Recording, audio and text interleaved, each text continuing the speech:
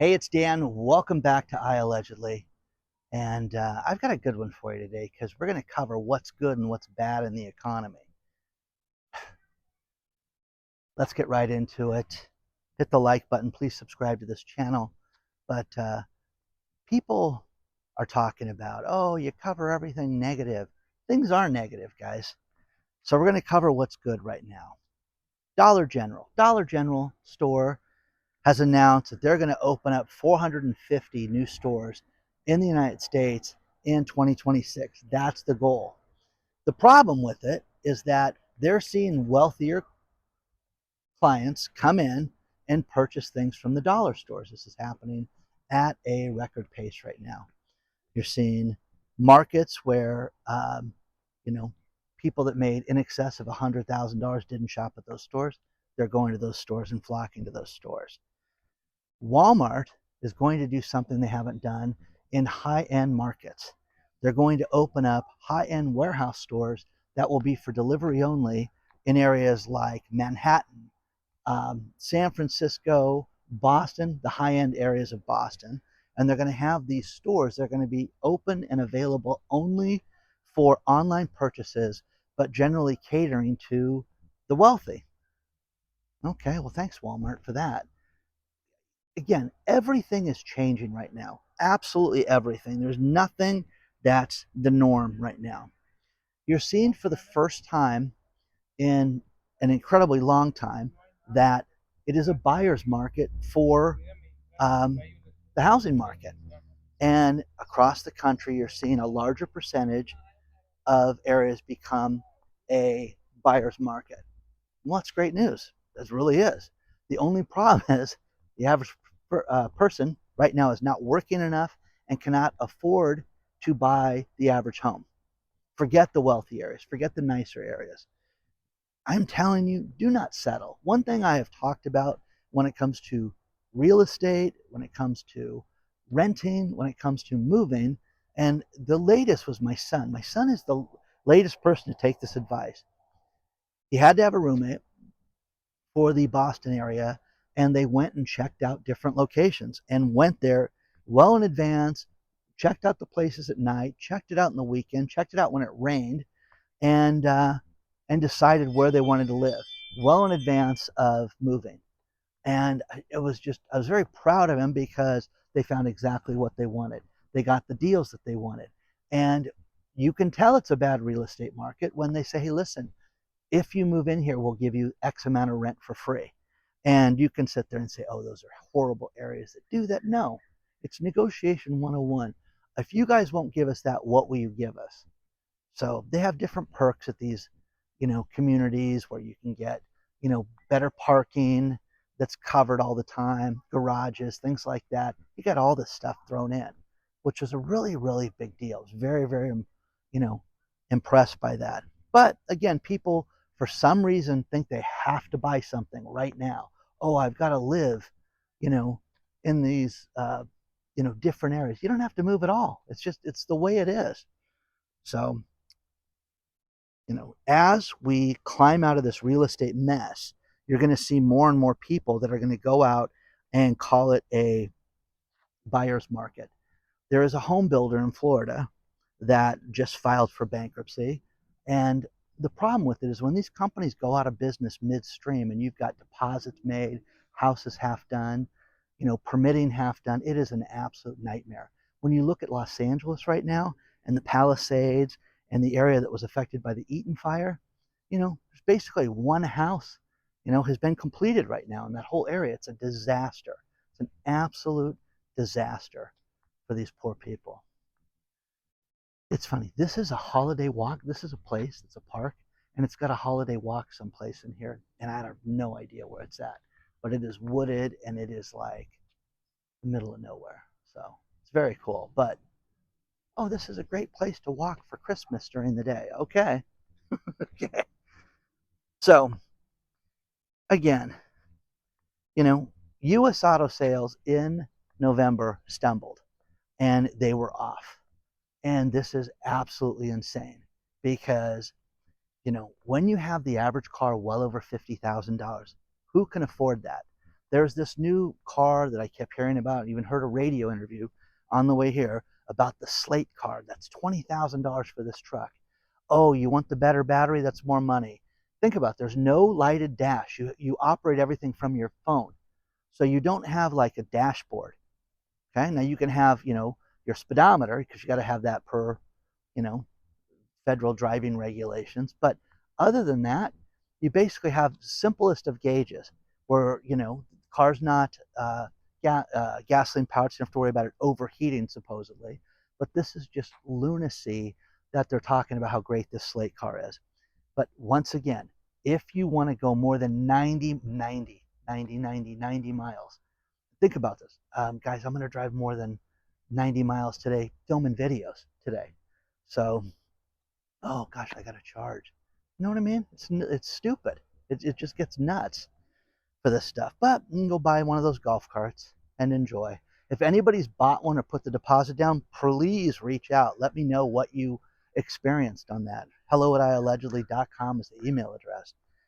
But auto sales are off, and oh, it's a seasonal problem. No, it's not a seasonal problem. This is not the right time of the year for things like this to happen. A lot of people are making year-end purchases for cars for tax purposes. I have to buy a car this year for tax purposes. I'm supposed to. I don't have to do anything.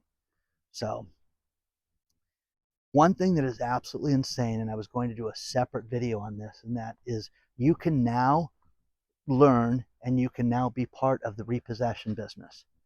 The car industry is so upside down.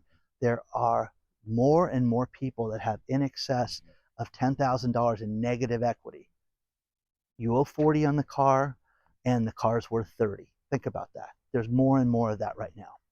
I had another person tell me that they got into an accident, they were sideswiped and totaled, and the insurance company wanted to give them $10,000 less than the car was worth. This is a standard theme. All the emails, the dozens of emails I've gotten from people, the friends, everybody, you have to go out and assume that if you get into an accident and you're in a payoff position, that they're going to try to fleece you and take advantage of you in any way that they can. So plan on that. Now, here is the thing.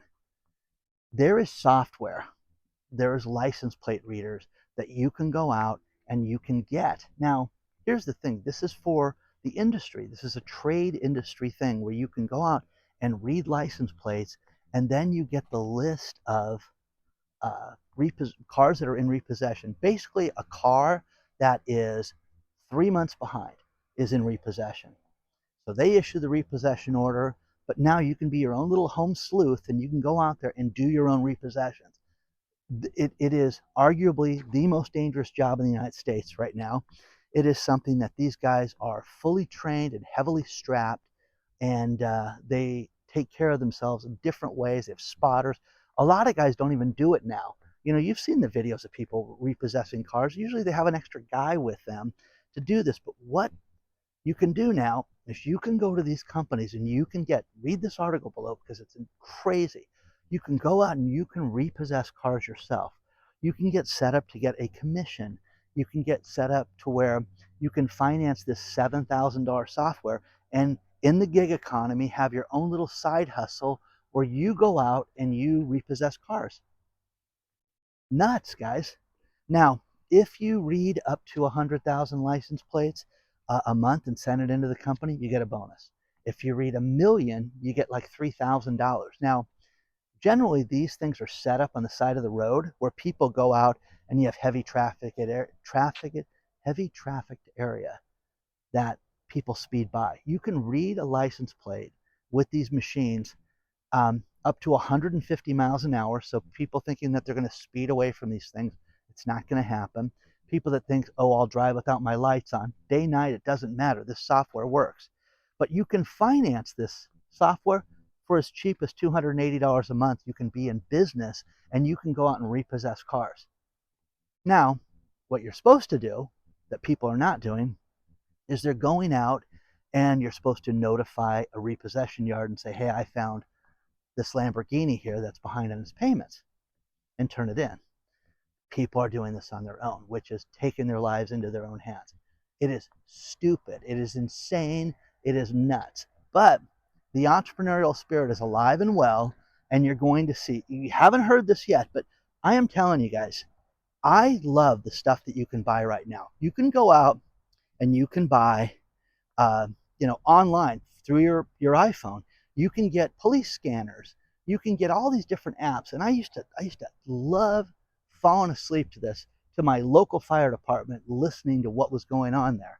You can get that stuff. Well, it's very easy to transport that, to go out and repossess cars now. Think about that. It's insane, but it's incredibly dangerous. People that are behind in their payments are not nice people when you confront them. You've seen these videos. People get furious. Now, living in a nice area, Southern California, you're going to see people do this and get this idea and go, wow, we're going to go through South Coast Plaza, Fashion Island. And they're just going to start going out there and being the nanny state. So if you're behind on your payments, let's say you're working at the mall and you're behind in your payments, they're going to get your car, because there's going to be people trying to earn a commission right now. And as the economy gets worse, which I don't care, good and bad, that's where it's headed. It's heading to a spot that is much worse. When you see things like this, turn your neighbor in, tell on your neighbor, are they behind on payments? Notify us. I mean, this is just crazy. I mean, I was blown away when I saw this, but it's going to make it so that you are safe nowhere. If your car is in your garage, they're going to find it. But if it's locked at your friend's house, they're not going to find it. So get ready for that, because, man, that blew me away. That blew me away. My ex-wife, her uncle was a pioneer in the appliance business. His name was Paul. Paul ran Paul's TV here in Southern California, and he had a slogan on radio, TV, and the newspapers, I am the king. And Paul was the king. Paul sold well over $30 million worth of big screen TVs from his one store. And he had a flurry of competition. And even though I thought he was a complete jerk when I got divorced from my ex-wife, he was a brilliant businessman and did help me out quite a bit. But his competition out there just went down for the count in a graphic way here in Southern California. This was a place called Howard's. Now think about what I'm going to tell you. Paul did over $30 million from one location in a city called La Habra. La Habra is easily 10 miles off the road and off a freeway. His big business every year was doing Super Bowl sales, where they would sell the stream running through here. They would sell TVs for Super Bowl. And because I drove so much in the construction industry, he would pay me to come in and answer the phone and say, where are you? Oh, I'm in Pacoima. Oh, you take this freeway to here, to here, to here. And I would give them directions. And I literally would do that for 12 hours a day. And it was great. It was absolutely fantastic. But he did a tremendous amount of business. And they would do over $1 million a day prior to Super Bowl. It was absolutely nuts. And his competition, Howard's, went out and they wanted to compete with the king. So what did they do? They opened up more stores. They branched out. They started to do TV advertising. Paul ended up selling his store before he passed away. And he sold it to an investment group. And the investment group went out and did something that was brilliant, but not so brilliant. They put the stores inside of a place called Living Spaces, which is a large furniture store. And again, revenue sharing, take advantage of our advertising, get people in the store, and then you had a Paul's TV location inside of Living Spaces. Great idea. I've done that. I've done locations where you advertise inside of a store, and to get people there, you get your leads. Well, Howard's went out and grow, had 17 locations. Paul would have never had 13 locations like they did before the place went out of business. Now, after he sold it, it went down for the count. And it went out of business eventually. Howard's this week, 79-year-old appliance store chain that started out fixing radios in 1946. They went out and went out of business this week. But they went out of business with 1 day's notice. Hi, tomorrow's your last day. We're done. So they were sold to an investment bank The family that bought it, the family that sold it originally, was telling, oh, this is going to be great for growth. We're going to be an amazing company with this investment bank. When was the last time that that worked out with these investment banks? It just doesn't work out. So sure enough, Howard's is out of business. Think about this. There's a last article that below you'll see. We're talking about all these people that had deposits on their appliances, and they don't know if they're going to get them or not. They had, paid for things. Oh, they're supposed to deliver it on Friday because, we're having the new stove put in with the kitchen for the holidays. Nope, they don't know if that's going to happen now. So isn't that terrible? So another very large business going out of business. So let me know what else you guys think you want to hear about between now and Christmas. I'm just blown away that things are as bad as they are. Final story, 2 things. Don't forget we have the video sharing site that is taken off and people are advertising on it. This guy's got his horsey out here. It's kind of nice. And you can advertise on that. And we have the private channel called iAllegedly Live, which I love doing the uncensored content for. It's fantastic. Check out that. You can use the link below. You sign up at iAllegedly.tv for that. Final story. And I love stuff like this. A guy in New York City was arrested for buying $65,000 worth of booze. Okay? In Pennsylvania. And they kept shipping it. And he kept stealing credit cards and buying alcohol. Of all the things, guys. Not like you bought a boat, bought a bunch of booze. $65,000 worth of alcohol. Resale for himself, for everything. Isn't that nuts? I still get blown away of the criminals that do this. Being the victim of identity theft last week and having somebody steal my credit card, it's just been a headache right now. I've told the company, they've given me a new card. You have a virtual card, you can buy whatever you want. I'm not using this card till I get the physical card, and I know that you're going to send me the letter that states that you're not going to pay any of this fool's charges. But some guy stole credit cards and bought $65,000 worth of booze. Loser. Okay? Do you want a good side hustle? Go repossess cars. Now you can buy the, equipment for that. That is insane, guys, that you can do this. I am telling you, you're going to hear about a guy repossessing a car, and he's going to be very, very, in a lot of problems, if you know what I mean. So, oh look, Santa's here over there. They set up a Santa place. So he decided to swing by Southern California. Like, subscribe. You want to email me, it's hello@iallegedly.com. The good and bad, guys. Things are good. Make it work, guys. I'm going to make it work. But you just have to understand you've got to make money during this time, and you've got to limit your expenses. Just don't owe anybody any money. The people that are doing well are people that are traversing this and working through this maze right now and this tightrope, but they don't have debt. You got to worry about that. These poor people that worked at that appliance store, that 17 locations closed overnight, these poor people. Christmas time, guys. Holidays, Hanukkah, everything. It's terrible. Let me know what you think, and send any stories my way. I'll see you real soon.